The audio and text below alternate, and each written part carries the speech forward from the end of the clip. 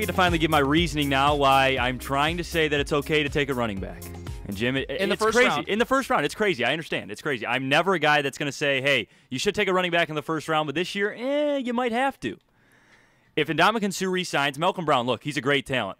And outside of maybe these two guys that I'm going to name, if he does re-sign, Malcolm Brown would be my guy because I think he's a really talented player. Fell in love with him today as we were prepping for the show.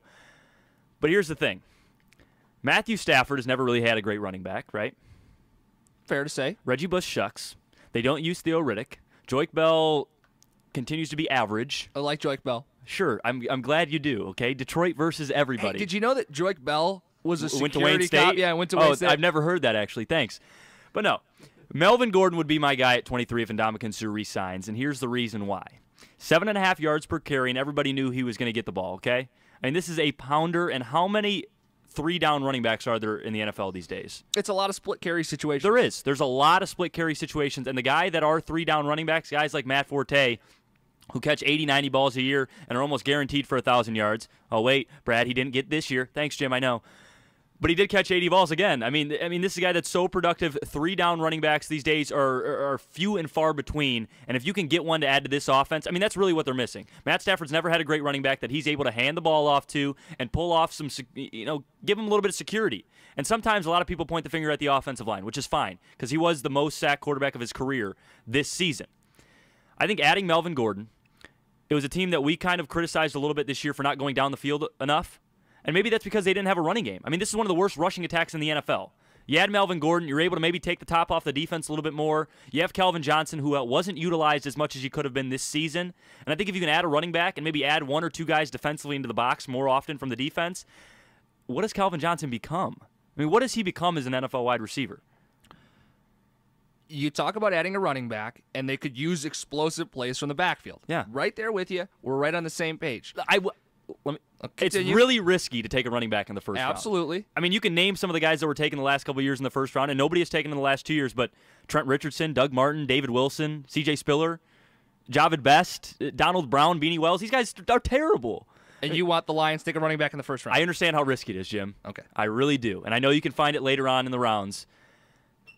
But I've kind of sold myself on this. You add a running back to Matt Stafford and this team, it really is able to take the top off. It's one of those where I think your eyes are seeing it and imagining a perfect transition. It's a sexy pick. It's a very sexy pick. And I'll tell you why running backs are not the way to go in the first round for any team and any situation in this NFL. Pile it on. Absolutely. You talked about finding guys in later rounds. We talked about already that there are not many guys that are three-down backs. That's because the position gets beat up. They use multiple guys. Every team has some kind of timeshare. Nobody's 100% carrying the rock every down. You're using multiple running backs. And because of that, you need more running backs. And it's devalued the position because guys are getting churned out of the league faster. And I'll tell you, you can find a running back. You can find a receiver. Certain positions you can find throughout the draft in rounds 2 through 7 that unless it's a true freak, you don't have to take them right away. And I would only take a freak wide receiver, talking running backs and wide receivers. If it's a freak running back, I don't think there's such a thing with how fast these guys get churned out. I want to tell you, 1,000 yards rushing, it's a nice milestone. 13 guys did it in the NFL this year.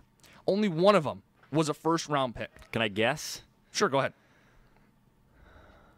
Marshawn Lynch? Yeah, it was Marshawn Lynch. Nice. The other guys in order, DeMarco Murray, 3rd rounder. Le'Veon Bell, 2nd rounder. LaShawn McCoy, 2nd rounder. Forsett out in Baltimore, 7th rounder. Arian Foster, undrafted. Eddie Lacy, 2nd round. Frank Gore, 3rd round. Jeremy Hill, 2nd round. Lamar Miller, 4th round. Alfred Morris in the 6th round. Matt Forte, 2nd. Jamal Charles, 3rd. A lot of seconds and thirds, but my point is these are really productive running backs, and they didn't have to waste a first-round pick on them. You could take a guy at a defensive tackle spot, Malcolm Brown, or an offensive lineman if Suh, in fact, does come back and Malcolm Brown's not there, and you would like to upgrade that right tackle spot with Ladrian Waddle, you can upgrade that and not take this running back and take that in the 2nd or 3rd. Or what's wrong with Joique Bell? Joique Bell had the 15th most rushing yards this season. Oh, no, the 15th most out of the league with 30 teams, 32 teams. Well, I tell you, 13 guys hit 1,000. There's only one guy better than him that wasn't a 1,000-yard back. He's right there at 860 yards rushing. I like Bell. I think Riddick could be used more if you move on from Bush. Your running back situation's not abysmal.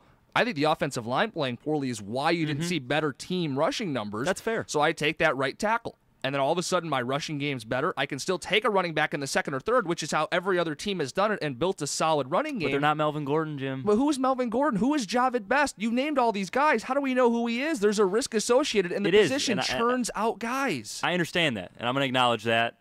The other guy is an offensive tackle. So, I mean, if they do re-sign Suh, Lael Collins from LSU, Yep. He's a guy who started his entire sophomore year at guard. And right now, I don't think you can have too much depth on the offensive line. And that's what the Lions need, a guy who can maybe play tackle or guard. But you're not drafting him to sit on the bench, right? You're going to draft him to play. No, you're not. You're going to draft him to play. So see you later, Rob Sims. I mean, Right. he can go play left guard. Well, but and if Waddle goes down, if Reef goes down, or either of them struggle, because they had some struggles this season, you're able to plug him in at tackle position. So he played both sides, and he overachieved. He's been improving every year. And that's what I like to see. Similar with Malcolm Brown, a guy who improved every single season at Texas. Right. A lot of options for the Lions in the draft.